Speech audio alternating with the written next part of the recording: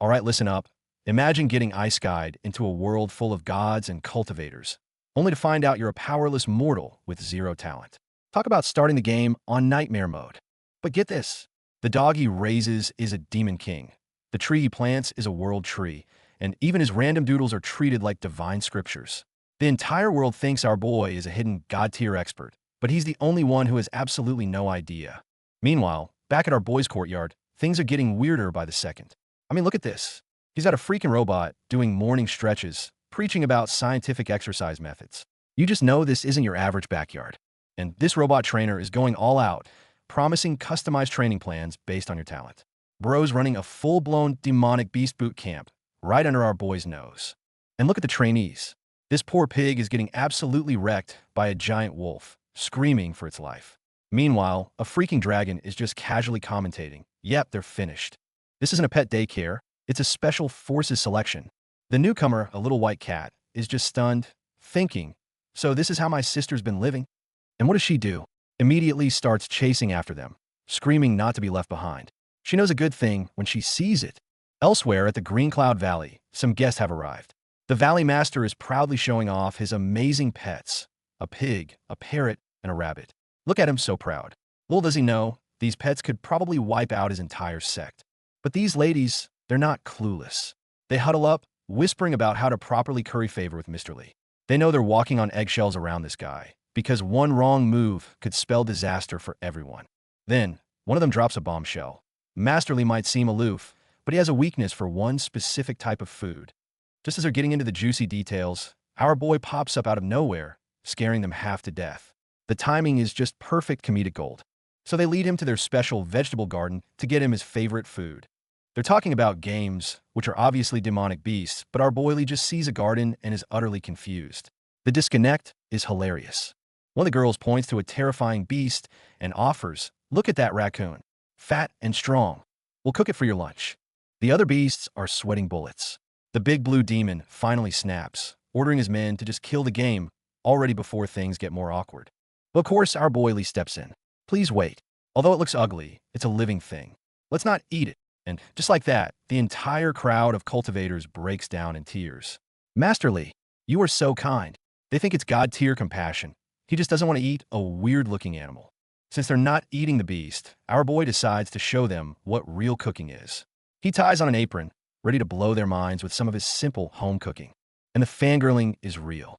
The ladies are all swooning over Master Lee's kindness and generosity, pledging to repay him 100-fold. They are absolutely obsessed with him. Turns out, the pets he saved were cultivators in disguise.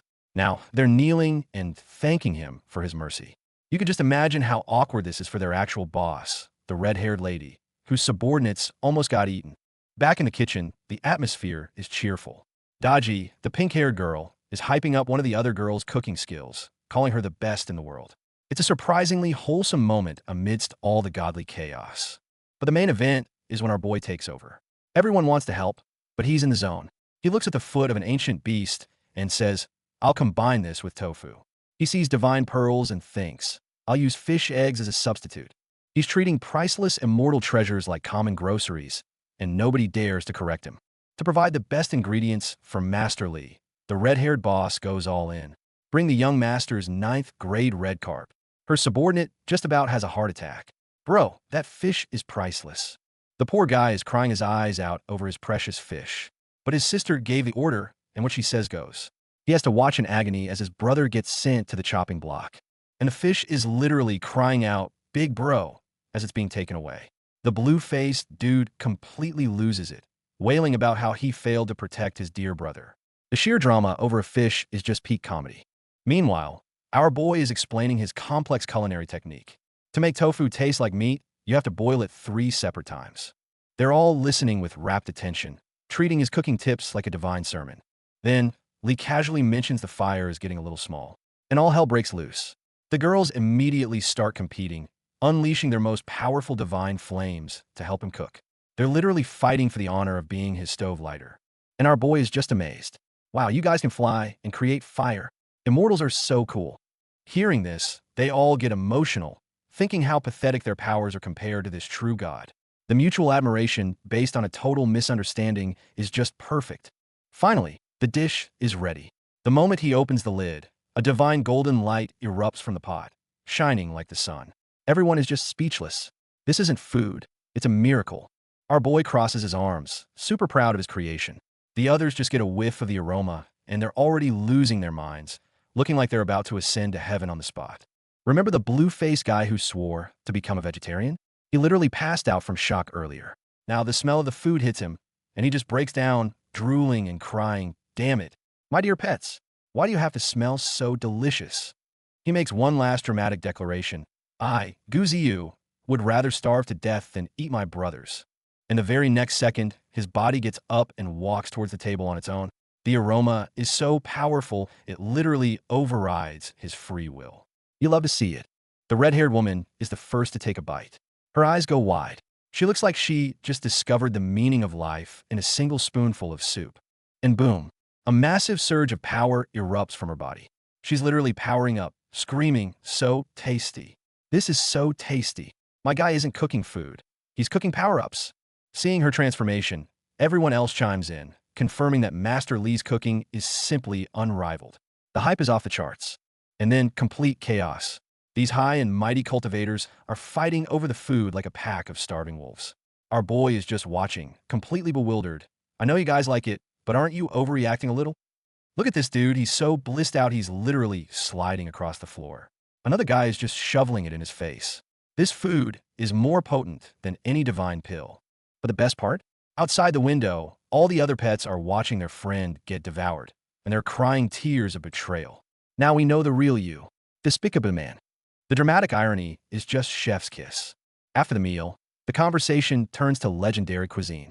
Someone brings up a famous imperial dish, the jade sturgeon tendon, said to be so rare that even the emperor could barely get a taste.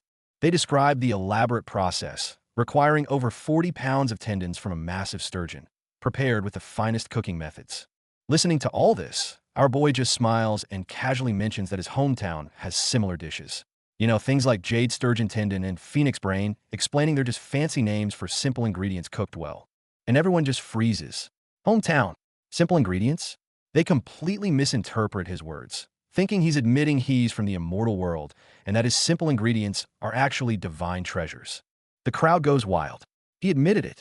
He's from the immortal world. Someone even connects it to Journey to the West, claiming the peach banquet was based on his personal experience. The mental gymnastics these guys do is insane. They take this as a sign, a promise from the master. If they follow him and do their best, they too can eat rare and precious foods. Suddenly, everyone is super motivated, ready to die for him.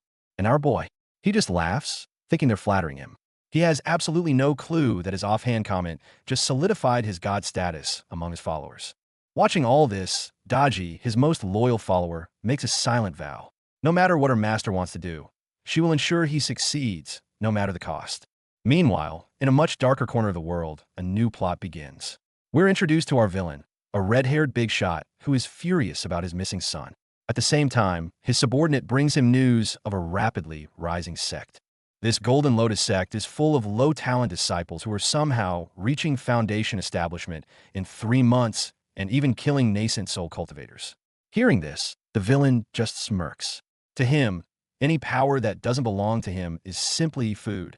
He orders his man to investigate the secret behind their explosive growth. You can see the pure terror on the subordinate's face. This villain does not mess around. The investigation quickly bears fruit. The secret to the Golden Lotus sect power is a copybook, an immortal treasure. The villain now has a lead. As he plots his next move, he's also worrying about his troublemaker son. But he's interrupted by news. A king from the Qianlong Immortal Dynasty has just arrived. Then, the Lin Immortal Palace arrives too. The villain immediately assumes his idiot son pissed them off and they're here for revenge. But he's not scared. He's arrogant. The Liu family has been bullying people for so long. Since when did we get scared of revenge? The reports keep coming. Now Gu Chongqing from the Green Cloud Valley is here. The villain finally loses his cool. That ungrateful bastard. What kind of people did he offend? His subordinate suggests maybe apologizing, but the villain decides to handle this personally. He's going to teach these people a lesson. Even when the Liu family is in the wrong, you still have to suck it up. That's power. He marches out, boasting about his family's almighty ancestor. Little does he know, the crowd waiting for him has already passed judgment. Tonight is the last day for the Lu family in the immortal world. The Lu family members are still arrogant, demanding to know who dares challenge them. But the visitors warn them. If you anger the almighty expert, you'll be burned to ashes. And then, the man himself, Master Lu, arrives. He sees the assembly of powerful factions and completely misunderstands the situation. He thinks they're here for his son, not realizing they're all here because of our boy Lin Yinfan. But what happens next shocks everyone. The arrogant Master Lu sees the opposing cultivators and immediately starts apologizing profusely. I'm sorry. I'm sorry. The 180-degree turn is so sudden it gives you whiplash. He goes on a full-blown apology tour, blaming himself for not raising his family members right. The other side is completely baffled. They came here for an execution, not a heartfelt apology. He even forces his own elder to apologize and promises to bring his son back tied up. But when the old man tries to speak, Lu cuts him off with a bombshell. Your son is dead. He thinks the old man is here for revenge, completely misreading the entire situation. Cut back to our boy Lin Yinfan, chilling in his peaceful courtyard, completely oblivious. Meanwhile, a bald old man next to him casually admits, yes, I was the one who sent him on his way. So he's the killer. Hearing confirmation that his son is dead, Master Lu's demeanor flips instantly. The groveling is over. Do you really think the Lu family is duped so easily? He goes from 0 to 100, and his killing intent fills the air. He summons a massive demonic spirit, vowing to kill everyone present to avenge his son. The real fight is about to begin. The leaders of the other factions don't hesitate. They immediately team up to take him down. This is the big boss battle. But surprisingly, after all that buildup, Master Lu gets captured way too easily. Even his own men are shocked, speculating that he must have slacked off on his training. Even while restrained, he's defiant, saying he only wants to kill the bald man and the rest can leave. But the old man gives him the bad news. Sorry, but you can't. They have their orders from the expert, and they have to finish the job. Seeing that he's completely outmatched, Lu tries to negotiate again. What about a draw? Let's shake hands and make up. Bro, the whiplash from this guy's mood swings is intense. When they refuse, he finally breaks down, crying about how cruel they are. The old man tells him the cold, hard truth. You have no idea what kind of person you've offended. It's the classic you mess with the wrong protagonist moment. Lu is still confused, wondering who this mysterious person is. The old man just pities him as he prepares the final blow. The cultivators combine their strength, channeling their energy into one massive, decisive attack. A giant, celestial sword materializes in the sky, radiating pure destructive power. Seeing this, Lu knows it's over. In his final moments of defiance, he flips them off. What way to go out? He decides to go out with a bang, vowing to show them the true strength of the Lu family. And on that cliffhanger, we'll have to see what his final trump card is in the next one. All right, picking up right where we left off. Faced with total annihilation, the Lu family head finally decides to stop holding back. He's whipping out the family's ultimate heirloom, the sky-splitting sword. Look at him, overflowing with confidence. He declares that today, he's going to show these fools how the Lu family alone can conquer the entire Northern Realm. The sheer presence, the power, looks like a comeback is on the menu. But you want to know the best part? The old masters on the other side are completely unfazed. They're basically like, celestial item? Big deal. Who doesn't have one of those? Oh, the disrespect. That comeback completely shattered his big moment. Meanwhile, our mortal boy, Lin Yinfan, is having a complete and utter meltdown. He's crying his eyes out, yelling, you can brag all you want, but can you guys please stop making personal attacks on me? Bro, they're talking about weapons, not you. The misunderstanding is just golden. The Lu head is losing his mind. Not only were they not scared, but they whipped out a fire banner that's supposed to be used for sealing the demon realm. He's like, are you guys insane? You can't just use that for a regular fight. These cultivators are really pulling out all the stops to impress our boy. Well, so much for diplomacy. Talk is cheap, and the battle is on.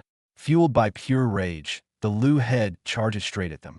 Facing his wrathful attack, the two masters don't mess around. They immediately team up to counter. And just like that, the air is filled with clashing energy and sword chi. This is getting intense. Even though the Lu head is giving it his all, he's clearly outnumbered and outmatched. He's getting pushed back, completely on the defensive against the two powerhouses. Meanwhile, on the outskirts of the battlefield, a group of disciples are on a secret mission. They're watching the epic battle in awe, but they're also stressing out. If they fail their task, their entire clan is doomed. Suddenly, they sense a familiar energy. Wait, is that Master's Chi? He's in danger. A few of them want to rush in and help, but the leader stops them. Are you kidding? It's a fight between gods. They'd just be cannon fodder. Just as they're trying to figure out what to do, danger strikes from out of nowhere. A surprise attack catches them completely off guard.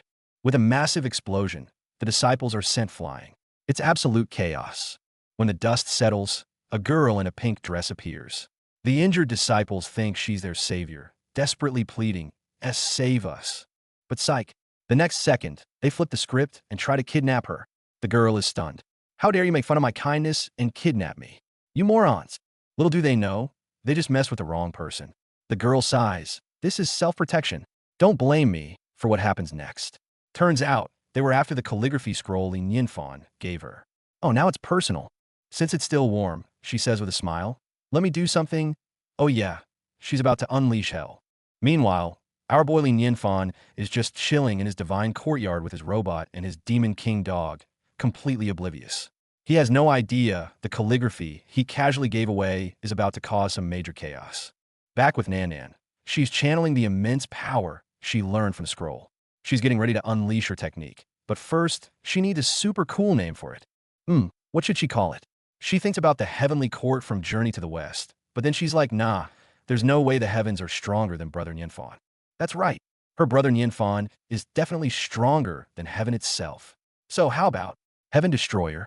Now, that's a powerful name. While Nan Nan is effortlessly wiping the floor with these goons, back at the main event, the Lu head has been beaten into submission and can only watch from the sidelines in despair. With the battle over, it's all settled. The Lu head angrily demands, who did our Lu family offend to deserve this? The old master calmly replies, blame yourselves for being too arrogant. In your next life, try to be a little more humble. That last comment was the final straw. The Lu head completely loses it. He screams to the heavens, calling upon his ancestor for aid. My dear ancestor, please see this.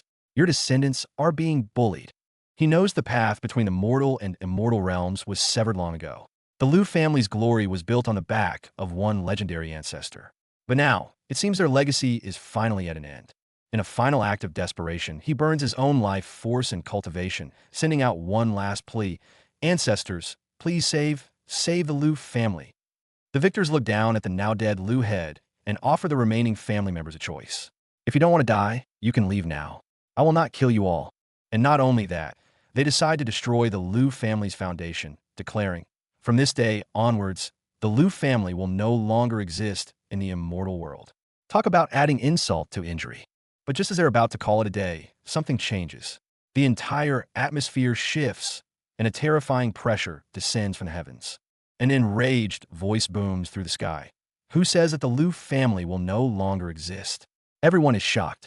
This aura could be. That's right, the Lu family's ancestor has actually been summoned.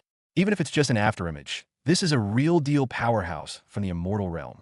The remaining Lu family members immediately drop to their knees, shouting, welcome, ancestor. Everyone else is just completely bewildered. Wasn't the path between realms supposed to be sealed? This is impossible. The ancestor's afterimage scans the area, his voice booming. Who is it that sullied my Lu family? The sheer destructive power in his voice makes everyone feel the cold touch of death. So this is the power of an almighty from the immortal realm. Just his presence alone has everyone completely paralyzed. They realize he hasn't even attacked yet, and they're already subdued by his momentum alone. The ancestor himself is confused. He looks at the dead Lu head and asks, the path is severed. How did a weakling like yourself manage to summon me here? The dead spirit of Lu Xinghe excitedly confirms, ancestor, it's me. I'm the one who summoned you. Lu Xinghe explains he used up all his cultivation and life to make the summoning happen. This only makes the ancestor angrier. Impossible. With your pathetic level of cultivation, you think you can open the path? Are you joking? Panicking, Lu Xinghe points at the cultivators and cries, ancestor, it was them. They pushed our family to the brink of death. They beat me until I only had a single breath left. Hearing this, the ancestor doesn't waste a second. He raises his hand and unleashes an attack. The cultivators have no time to react and are instantly hit, coughing up blood. It's pure despair. This is a whole different level of power. They realize that compared to this almighty being, they're less than ants. But Gu Changqing stands his ground. We came here under the orders of an expert, he says, an expert that I'm afraid even you can't afford to offend. The Lu head is furious. Are you insane? My ancestor is here, and you're still talking tough? Ignorance is bliss, the ancestor scoffs. Fine, let me free you all from your pain. I'll consider it gathering some merit for the Liu family. And with that, he raises his hand again, ready to end them all. This is it. They're completely filled with dread. We're done for. The world-ending attack is about to hit. But in that critical moment, a brilliant golden light suddenly flashes, appearing right in front of them. It was the guy with the tall hat, Luo Ning. He pulls out a copybook, screaming with tears in his eyes. This is the treasure the expert gave me. I'm not the most useless one after all. And you guessed it. Once again, it all comes back to our boy, Lin Yinfan. Something he casually wrote while feeding his chickens and farming in his backyard has become the key to saving the day. The Liu ancestor is completely baffled. Impossible. What is that thing? How can something like this exist in the mortal world? Refusing to believe it, he attacks again. He laughs maniacally as he strikes. You are finished. No matter what treasure you have, you will be dead soon. However, as the copybook slowly unfurls, the poem written inside transforms into pure Taoist scripture, unleashing an incredible wave of power. That power completely negates the ancestor's attack and then freezes his afterimage in place, trapping him completely. In the very next second, the ancestor's afterimage is instantly obliterated into nothingness. Witnessing his ultimate trump card get one shot, the Liu head is so shocked he literally throws up. The trauma is real. Meanwhile, in the distant immortal realm, the ancestor's real body feels the feedback.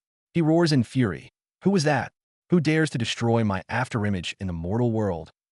He vows to fight to the death, having no clue what kind of being he's just provoked. He shouts across the realms. Who the hell is giving me so much trouble? The moment he says that, an even more terrifying flame power erupts from the copybook. It tears through space itself, heading straight for the ancestor's main body in the immortal realm. And it's not over yet. This ordinary-looking copybook then transforms into a giant, golden longsword right before their eyes. This plot armor is just getting ridiculous. The ancestor in the immortal realm is still yelling, "Don't you try to scare me. I'm an almighty. I can't be defeated." He can't even finish the word defeated before the sword pierces right through him. How powerful was this attack, you ask? Not only did it one-shot the ancestor, it also casually destroyed a passing alien spaceship. The aliens were probably like, "Bro, what did we do?" And to top it all off, this single sword strike literally pierced through the heavens, creating a massive hole in the sky. The barrier between the mortal and immortal realms? Yeah, it's gone now. Everyone stares in shock. They can actually see the immortal world through the hole. And the cause of all this, our boy Lin Yinfan, is still at home, completely at peace with the world. They can't believe their eyes. Could that be the immortal world? The place that countless cultivators have only dreamed of reaching. The Liu family descendant is just beside himself, weeping, "My child, just what kind of amazing being did you manage to offend?" And what's even more shocking, the massive dead body of the Liu family's ancestor falls right through the hole in the sky. Yeah, he's super dead. Just when they think it's all over, something new starts to emerge from the hole in the sky. A giant, glowing hand reaches down through the clouds and grabs the ancestor's body. What kind of existence is this now? Everyone breaks into a cold sweat. Could the ancestor not be dead after all? If he comes back, he'll seek revenge forever. And if Masterly finds out about this mess, he's going to be furious. The thought of angering the expert is so terrifying that these powerful cultivators are practically ready to end their own lives. They figure it's better than facing his wrath. Gu Chongqing makes a split-second decision. I can't let it bring the ancestor's body back. He burns his own power and launches one final, desperate attack at the giant hand. But his attack is completely useless. It doesn't even leave a scratch on a massive hand.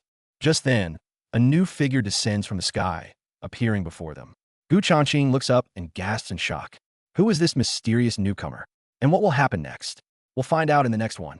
Picking up right where we left off. Just as all hope seemed lost, a literal goddess descends from the heavens. And look at their faces, completely stunned. They're all thinking, who is this? How can a deity be walking in the mortal world? And it's none other than Daji from our boy's manor. The moment she appears, her aura just dominates the entire scene. Those troublemaking demonic cultivators immediately lose all their nerve. Daji is not here to play games. She coldly brings up the master's rules and asks if they understand. These guys wouldn't dare say no. They hit the deck instantly, begging for forgiveness. Yes, we know. We understand. Now that's what you call authority. Faced with absolute power, any resistance is futile. The demonic cultivators were handled plain and simple. With the crisis averted, the group decides to head back and report to Master Li. Meanwhile, the chief of Green Cloud Valley, Gu Changqing, also rushes home, announcing he needs to get ready to meet a very important person. He excitedly pushes open the door to his treasury, planning to pick out a few decent treasures as a meeting gift, but, oh boy, the room is completely empty. The old chief just loses it. Where's my golden bamboo brush? My autumn water shield? And the final straw? All my Lady Xian statues are gone too. He thinks he's been robbed blind. Just as he's about to despair, his butler timidly reports, "Chief, the young master and lady took everything. They said it was a gift for a master with the surname Li." The moment he hears master with the surname Li, his entire demeanor changes. He gets it. The look on his face is priceless. And cut to the culprits. Turns out his own kids raided his treasury to impress our boy, Master Li. These two filial children are plotting how to make sure Master Li is pleased with their offerings. His daughter takes it to another level. Not only did she give away treasures, but she tearfully tells her dad that she also offered her pet koi and parrot to Master Li as ingredients for a meal. And the father's reaction? He's not mad at all. He's proud. "Good job," he says.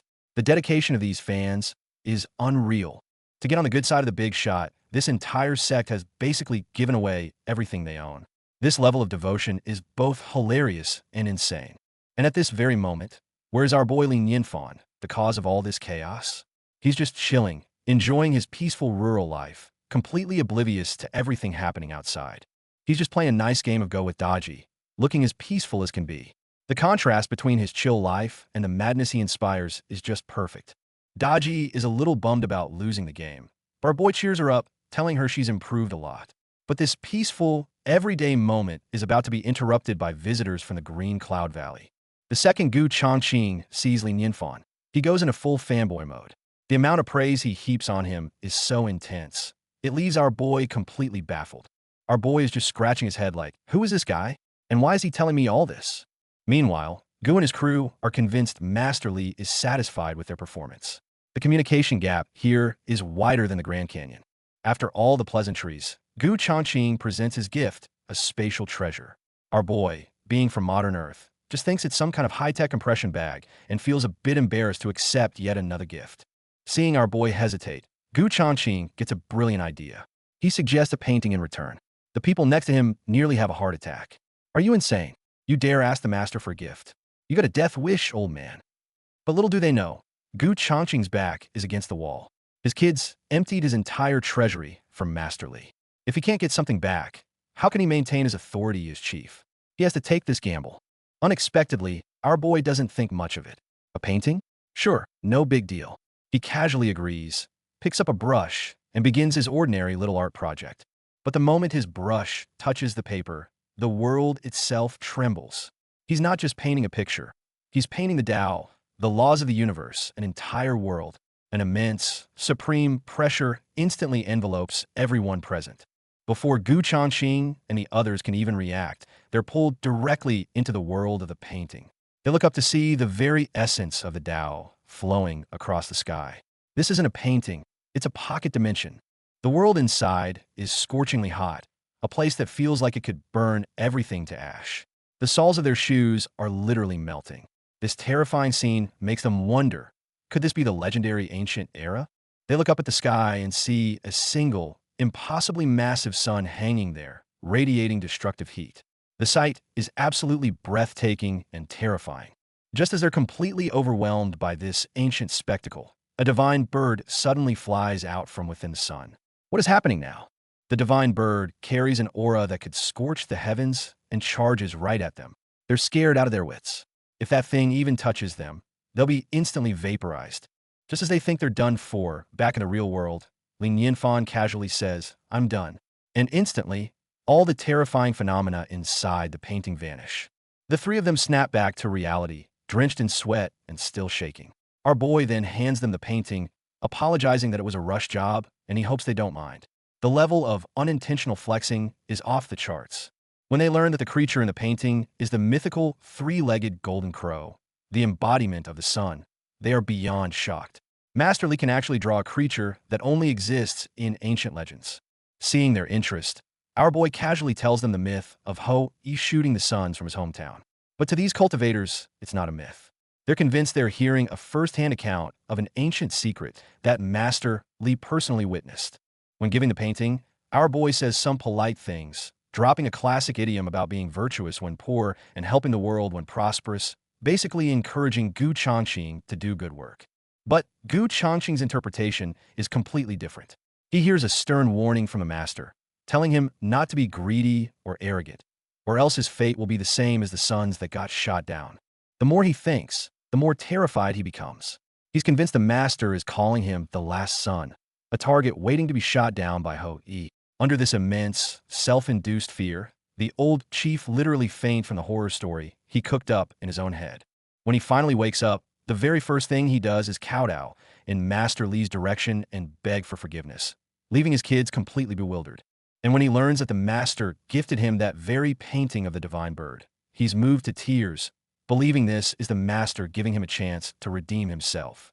Meanwhile, our boy, having successfully enlightened a powerful sect leader without even knowing it, has already headed home with Daji to feed his dog, leaving a legend in his wake. He casually invites them to visit sometime, and they, of course, are beyond honored and agree immediately.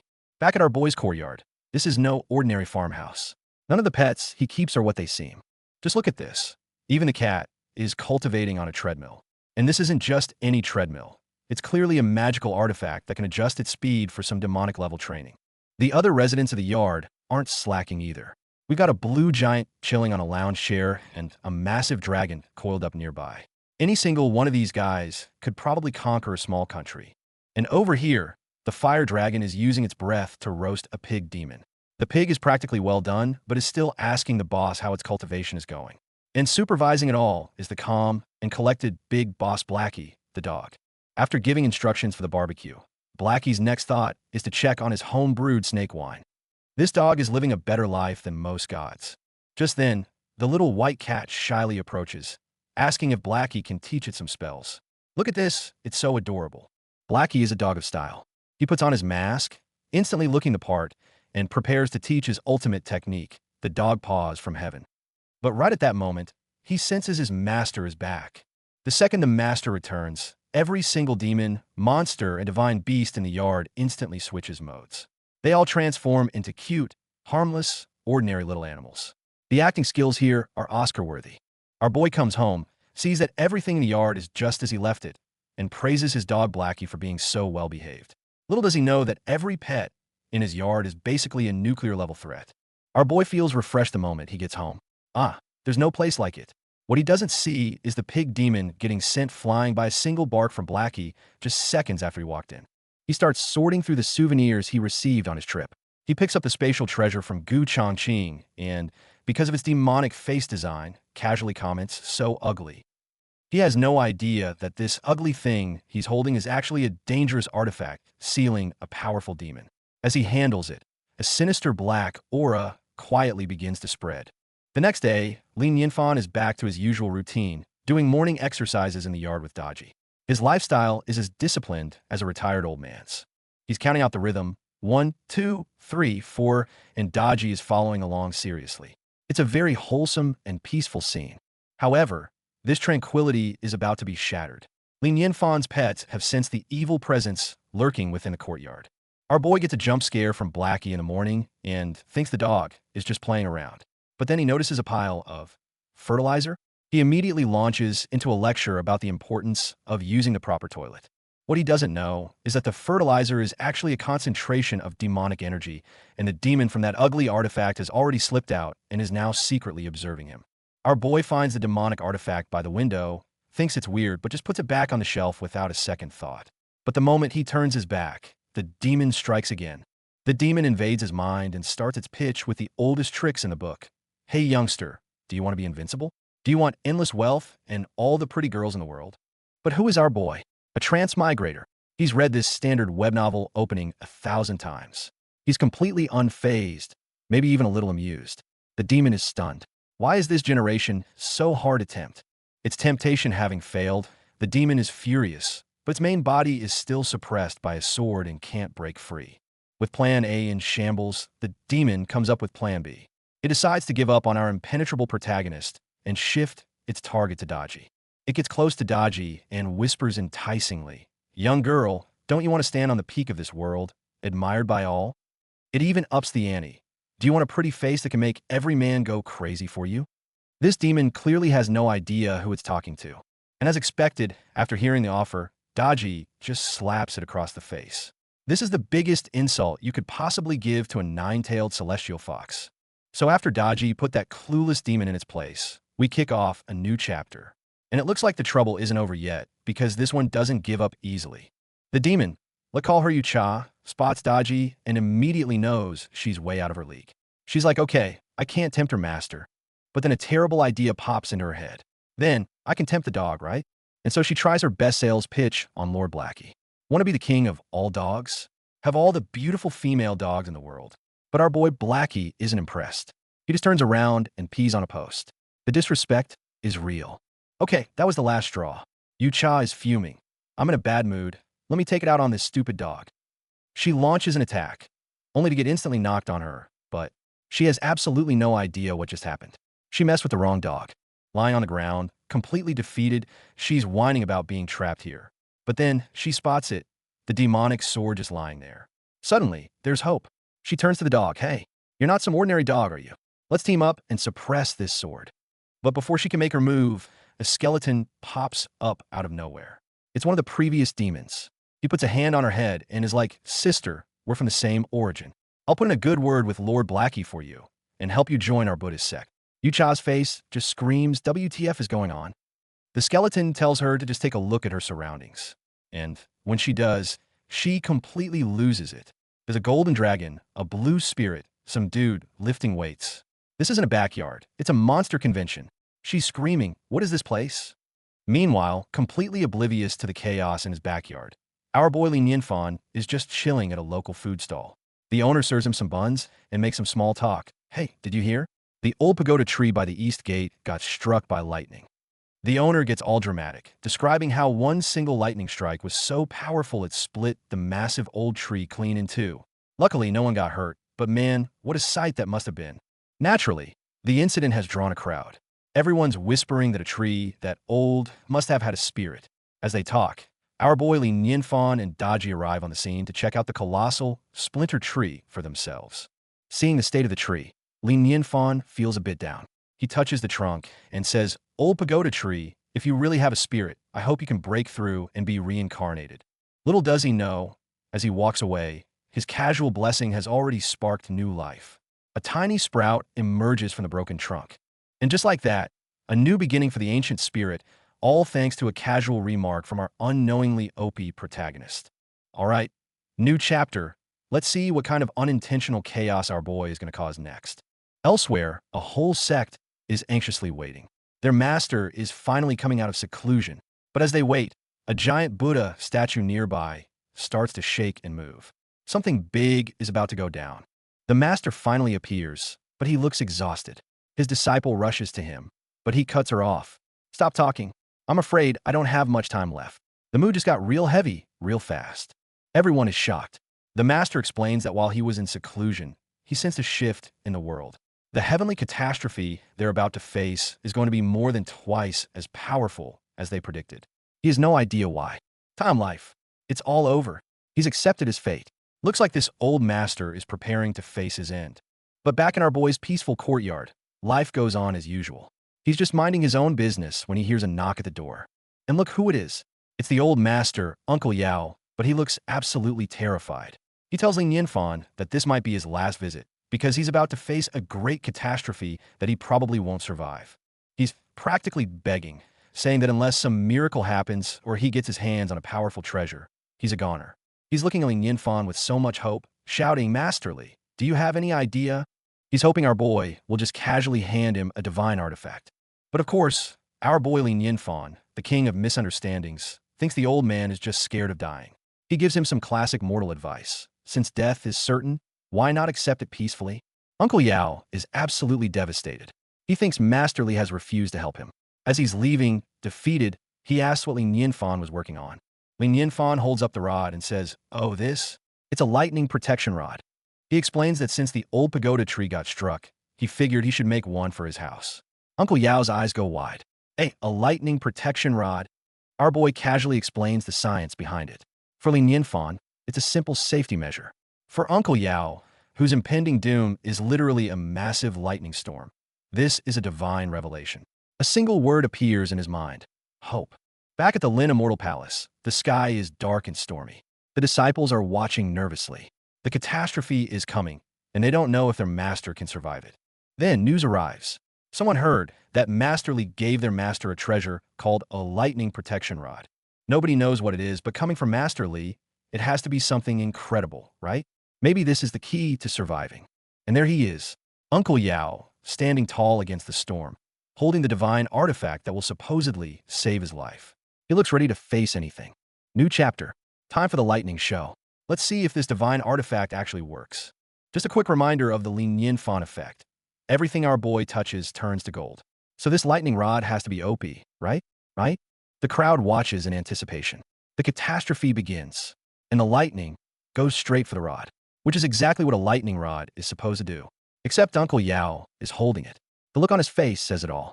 This was a terrible, terrible idea. Meanwhile, back at the expert's residence, the boar demon is on guard duty, complaining to himself, "Man, the author hasn't given me any lines in chapters. Is he messing with me?" Just then, the purple mouse appears, saying the master likes to play tricks on people. Back inside, our boy is giving Daji a science lesson, explaining how a lightning rod works by guiding electricity safely into the ground. But then he realizes, maybe using my own house as the first test subject isn't the brightest idea. He's concerned that testing on a tree might just burn down the whole forest. So, brilliant mind that he is, he created a kite to attract the lightning instead. But now he has a new problem. This experiment is perilous. Who's going to fly the kite? Daji, ever helpful, says, "Oh, I have a friend who can help," and calls over Mr. Wild Boar. Lin Yinfan, who has no idea this is one of his guardians, completely panics. "Monster!" Daji quickly calms him down. While the poor boar is terrified Lin Yinfan is going to eat him. She explains that Mr. Wild Boar loves to help people and is a big fan of experiments. So, he'll be the one to fly the kite. Lin Yinfan is still sketched out, but he's also super impressed with Daji. Wow, Daji is awesome. She gets along with small animals and monsters. He's picturing her as some kind of Disney princess, and the contrast is hilarious. So, our boy hands the kite over. "All right then, sorry to trouble you, Mr. Wild Boar." The boar just looks at the kite, then at the stormy sky, and completely breaks down. "I'm dead for real this time." And we're back. The stage is set for a truly shocking experiment. Let's have a moment of silence for our piggy test subject. Poor Mr. Wild Boar is shaking in his boots. Lin Yinfan tries to be encouraging. "Don't worry. If everything goes according to plan, it'll be perfectly safe." Famous last words. But the boar is not convinced. What if it doesn't go as planned? And right on cue, a massive bolt of lightning cracks across the sky. It's coming. The lightning flashes, the thunder rolls, but nothing happens. The bolt didn't strike anywhere near them. The boar is just sitting there like, huh? What gives? The boar is wondering why the lightning isn't striking his kite when suddenly, the purple mouse demon pops up. She explains, "Today's lightning is the celestial Tao lightning. It only strikes the one who's undergoing the tribulation." The boar is ecstatic, so I'm safe. But then, the gears start turning in his head. Wait a minute. If it only strikes the one being tested, then could it be? And yup, he's right. Back at the Lin Immortal Palace, Uncle Yao is getting absolutely cooked. He finally gets knocked off the platform, plummeting towards the ground as his disciples scream in horror. We get a quick flashback to Lin Yinfan handing the rod. "Do you need this?" "Yes, yes." "Well, it's just a prototype, so don't use it for anything important. Just play around with it." Oh, the irony. The onlookers are in shock. Their palace master is being electrocuted into oblivion. This is not going according to plan at all. The disciples finally connect the dots. That rod didn't protect him. It's a lightning magnet. They conclude that their master must have angered Master Li, and this is his divine punishment. He's panicking, thinking Master Li has abandoned him. Just as he's about to give up all hope, he sees something in the distance. A kite, shaped like a star, with words written on it. "Come over here." And in that moment, he recognizes the calligraphy. It's Master Li's handwriting, a beacon of hope in the storm. Here we go. It seems Master Li has a plan after all. Or does he? Uncle Yao is crying with joy. "Master Li hasn't given up on me." His disciples urge him on. "Hurry, Master. Go now." And he takes off like a rocket, screaming, "Master Li, this old man is coming." The demons see this old man flying towards them at top speed. The mouse identifies him as Yao Mengji, the one undergoing the tribulation. She turns to the boar. Stupid boar, you should pray hard now. And they both just book it. As Yao Mengji flies and the demons run for their lives, they're all getting caught in the crossfire. Stray lightning bolts are zapping everyone. From below, Lin Yinfan and Daji watch the chaos unfold, completely bewildered. Our boy is a proud scientist. My kite is bringing the lightning towards it. Physics never lies. But then he gets worried. Wait, if Mr. Wild Boar keeps running, my experiment will fail. Daji, however, is all smiles, as expected. Everything is under Master Li's plan. Uncle Yao realizes this is his only chance. He screams, Master Li, and puts all his energy into a final dash, flying straight for the running boar, ready to intercept the tribulation lightning. He reaches the boar, snatches the kite right out of his hands, and braces for impact. The poor boar is just left there, completely stunned. After the dust settles, the boar wakes up. I'm still alive. He sees Uncle Yao and is overcome with gratitude. My savior, you're awake. He thinks the old man was sent by Master Li to help him take some of the lightning. The misunderstanding chain continues. The boar offers his eternal gratitude, but Uncle Yao calmly replies, no worries, savior. Your body is fine. Just that, your hand is cooked. The boar looks down and screams, my hand. Just then, Ling Nianfan and Daji walk up. The boar sees the celestial fox and immediately gets nervous. Daji, with her innocent fox smile, leans in and says, your hand smells nice. The poor boar is on the verge of tears. Not you too, Lord Celestial Fox. He thought he survived death only to end up as barbecue.